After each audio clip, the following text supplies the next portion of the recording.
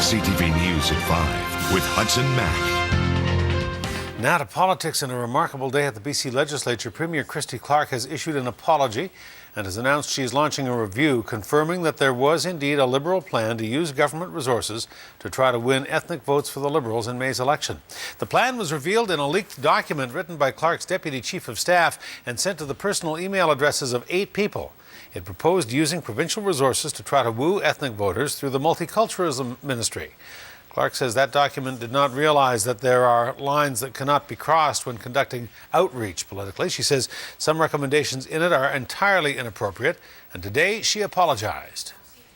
I would never say something like that, because righting historical wrongs is the right thing to do. It is the right thing to do, regardless of the politics of it.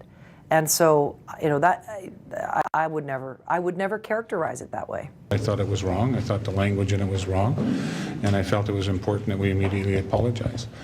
Sometimes you'll get people working on a project within government that you don't know all the details about, and this could be the case in this particular case, but this is just not acceptable.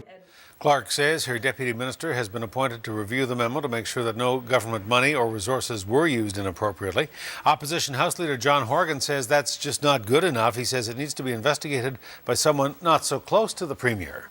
Well, first of all, I reject the notion of blurring lines. These are violations of the Public Service Act. That's not a blurred line. That's a violation of a statute in the province of British Columbia. And I would argue that that being the case, Mr. Dybel is out of his depth. And as much as I respect John, and I truly do, I've known him for 20 years, he's not the right person, or he's not in the right place to make a determination on the people that he works with in the Premier's office. It's inappropriate. The memo was leaked to the NDP, which released it yesterday. The memo originated in the Premier's office just over a year ago. Meantime, BC's Auditor General is saying that the U.S.-based company that's been hired by the province to run the medical services plan and pharmacare has failed to meet expectations. John Doyle audited the $324 million contract with Maximus and says it has not delivered the promised results and has potential security holes. The government signed the 10-year contract with Maximus in 2004. Since then, the province has fined the company several times for violating the requirements of the contract. Doyle's report also says key tools to flag privacy breaches are not in place, and those breaches could be happening without the Health Ministry knowing. He says the government needs to know and needs to make the public aware of what's being achieved and at what price. A new report says the federal government has not set aside enough money to build new supply ships for the Royal Canadian Navy. It's expected to cost just over $4 billion to replace HMCS Protector on the west coast and HMCS Preserver in the east. The federal government has only budgeted $2.6 billion. Seaspan Marine is the BC shipyard awarded the contract to build the replacement ships. Seaspan says it's not worried. It was awarded an $8 billion contract to build 7 vessels, including those 2 supply ships and 3 fisheries vessels. Emergency responders say that speed was a factor in a crash on the Malahat last night, but a median on the highway is being credited with saving the lives of the people in the car. The crash happened a couple of kilometers north of Goldstream Park. RCMP say a BMW was traveling southbound when the driver came around a corner, lost control, then slammed into the median. It slid off the road, hit the retaining wall, the new divider wall that's placed up in the center, resulting in substantial damage to the vehicle. Fortunately, there's no real injuries to any of the driver or the 2 passengers. Probably could have been a lot worse if the median was there. That car would have been into the other lane, and who knows what untold damage could have resulted from that. In this case, the car hit the median at high speed and then rode the median down, and it stopped it from crossing the center line and potentially tagging another car coming up the hill. It's what Malahat safety advocates have been saying. Medians do save lives. Police did issue a ticket for driving without due care and attention. Bishops from across Western Canada gathered at St. Joseph's Basilica in Edmonton today, where they prayed for the Pope and for the cardinal electors. The Mass began at noon, Alberta time, to match the time in Rome when the papacy officially ended. The Catholics who attended say they were sad that Pope Benedict is stepping down, but they have also gathered to celebrate his 8 years leading the Church. Representing the Diocese of Victoria was Bishop Richard Gagnon.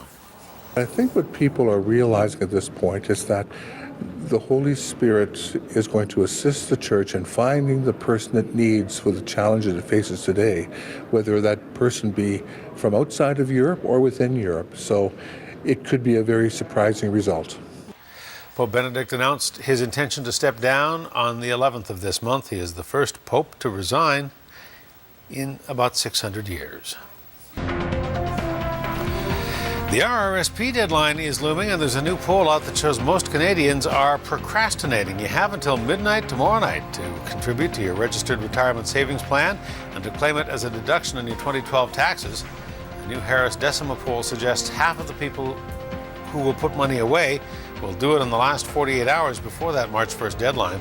The poll also says younger Canadians are the ones who are procrastinating.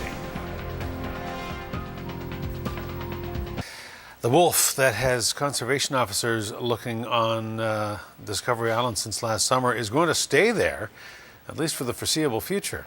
Conservation officers have given up trying to lure the wolf, at least for the time being, and BC Parks has now removed the traps that have been set up on Discovery.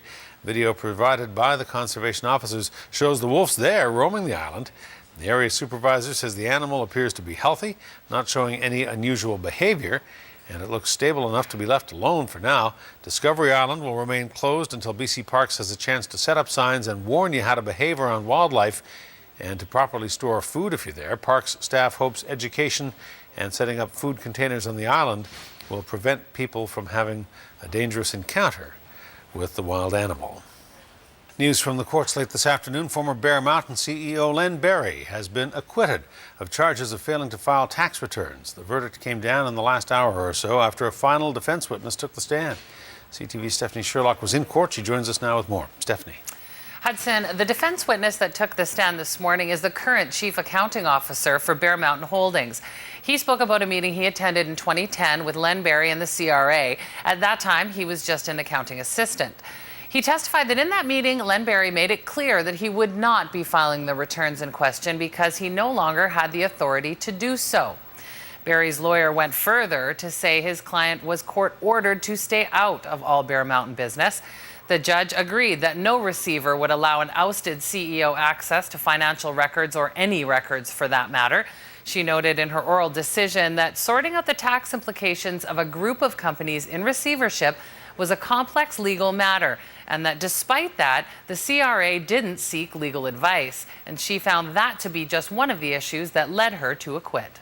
The decision, speaks for itself. I'm not going to, say what the CRA didn't do. What the judge really found was, there was a lot of things happening up at Bear Mountain, which just prevented Mr. Berry from being able to comply with the requirements. So he couldn't do anything. He was not able to access anything up on the mountain. And that's really what happened. The judge felt that Berry made a reasonable, although mistaken, assumption that Bear Mountain and its new controlling entities would file those returns.